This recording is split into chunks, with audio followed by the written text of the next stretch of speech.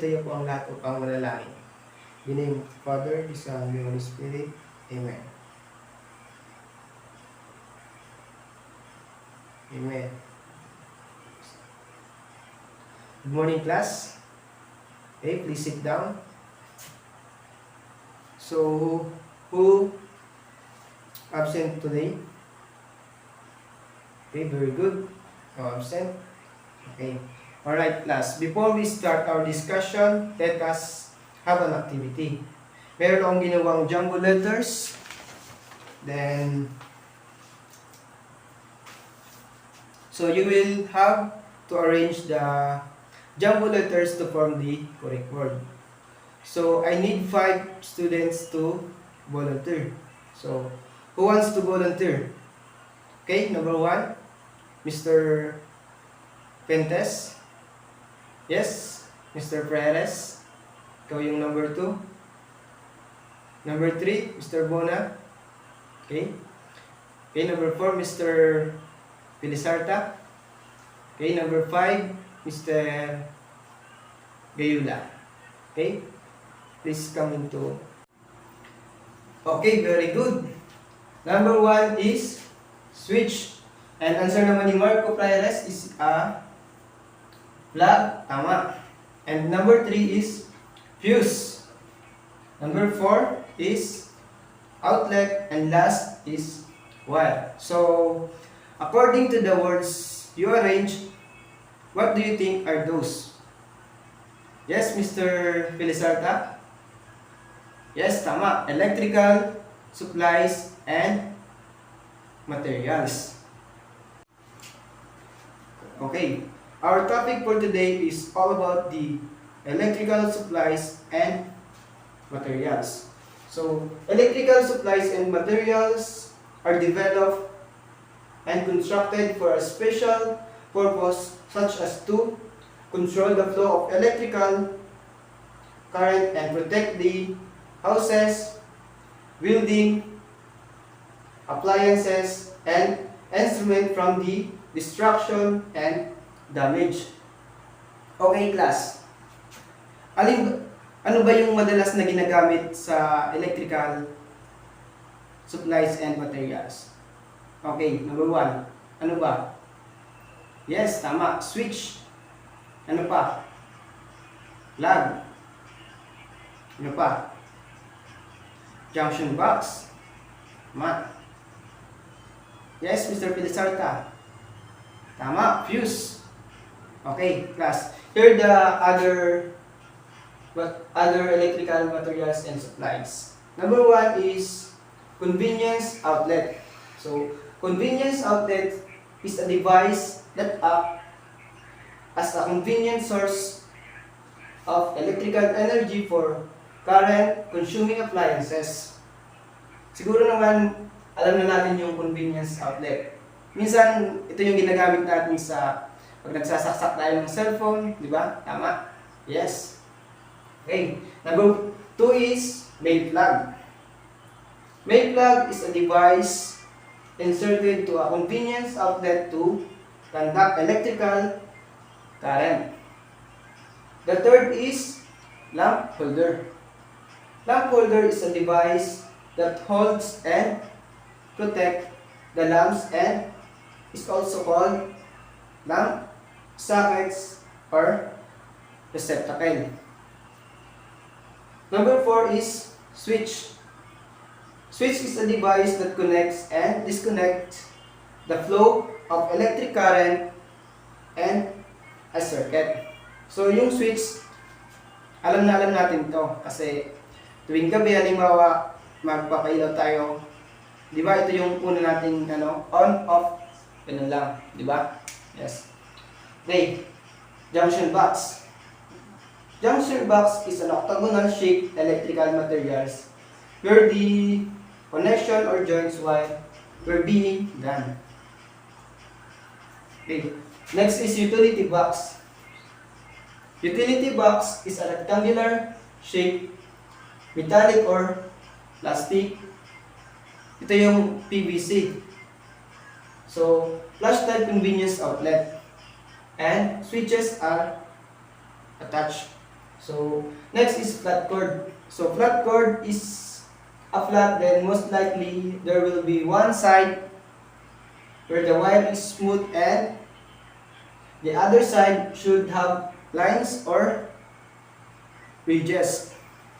Next is fuse or circuit breaker. Circuit breaker, a circuit protective device that automatically blows and cut the flow of current when overload or short circuit happens. Next is connectors. Connectors is used to attach metallic or non-metallic conduit to the junction or utility box. Next is clamps. Clamps is electrical materials used to hold and anchor electrical conduits in its proper position. Next is electrical wire and conductors. May dalawa siyang type. Yung stranded wire and solid wire. So yung stranded wire is more flexible and reliable than solid wire, and it is won't split or sever. So yung solid wire naman is also called solid core or single strand and consists of one piece of metal wire. So the last is conduits or pipes. So ito naman yung made of multiple strands joined together to make a single wire, and made of single strand made of copper or aluminum wire. So, okay class, after discussing the topic, we will have an application of what you have learned. So, I will tell the name of the electrical supplies and materials, then you will go to the front and find or point out those in the mock-up. Is it clear, class? Okay, very good. So now, what are the different types of electrical supplies and materials? Yes, tama. Convenience outlet. Okay, number 2. Yes. Okay, main plug. Next. Yes, lamp holder. Next. Tama, switch. Then, junction box. Tama. Okay, flat cord. Okay, fuse or circuit breaker. Tama. Okay, connector. Then, clamps. Tama. Then, electrical wire and conductor. Tama. Then, last, yes, conduits or pipes. Very good.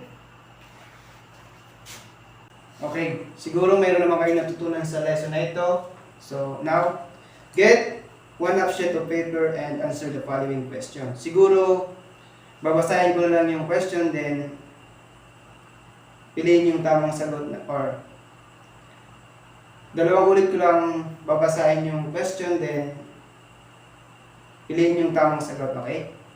Siguro alisin ko na tong aking visual aid para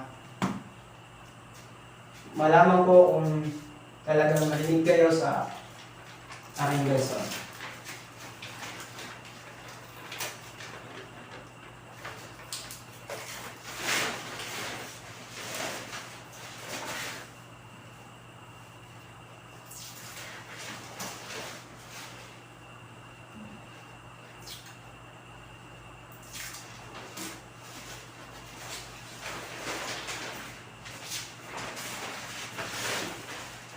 So, okay na ba, class? Meron na yung one half. Okay? Mag-i-start na ako para sa ating exercises. Okay. Number 1.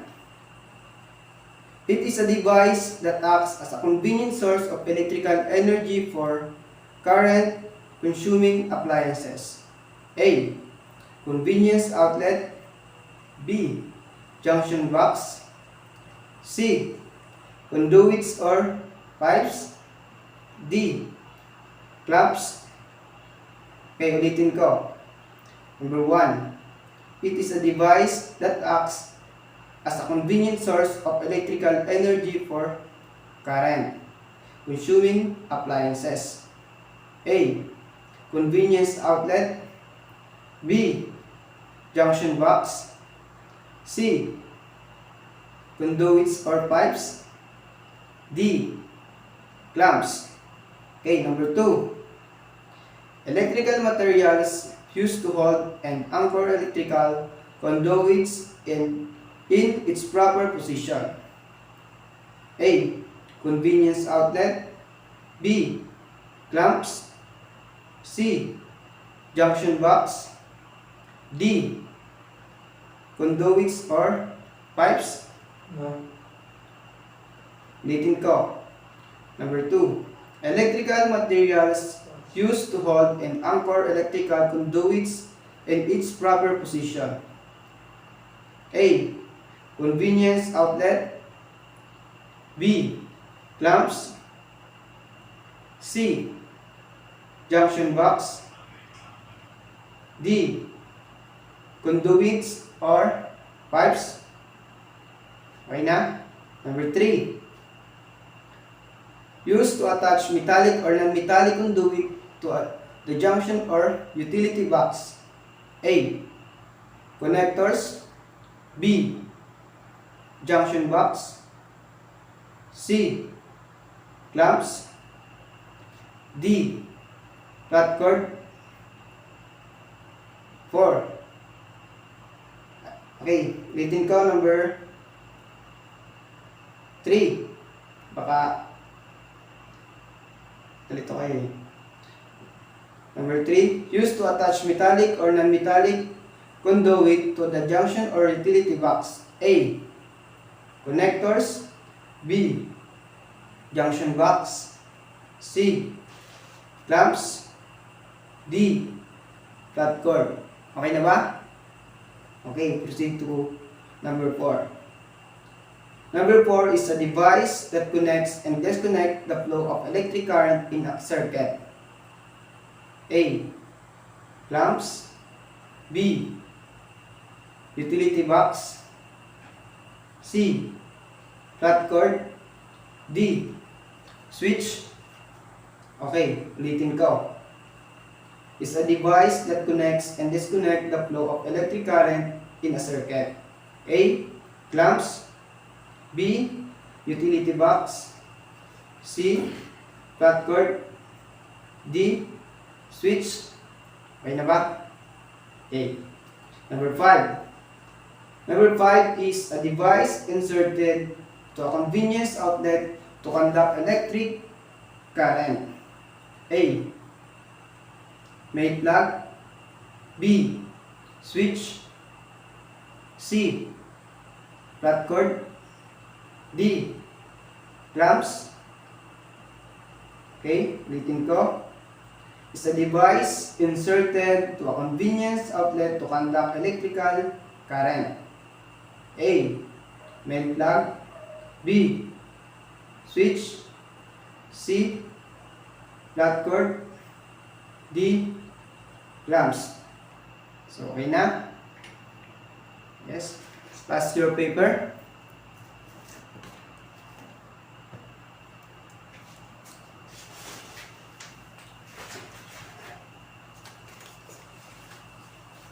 Okay?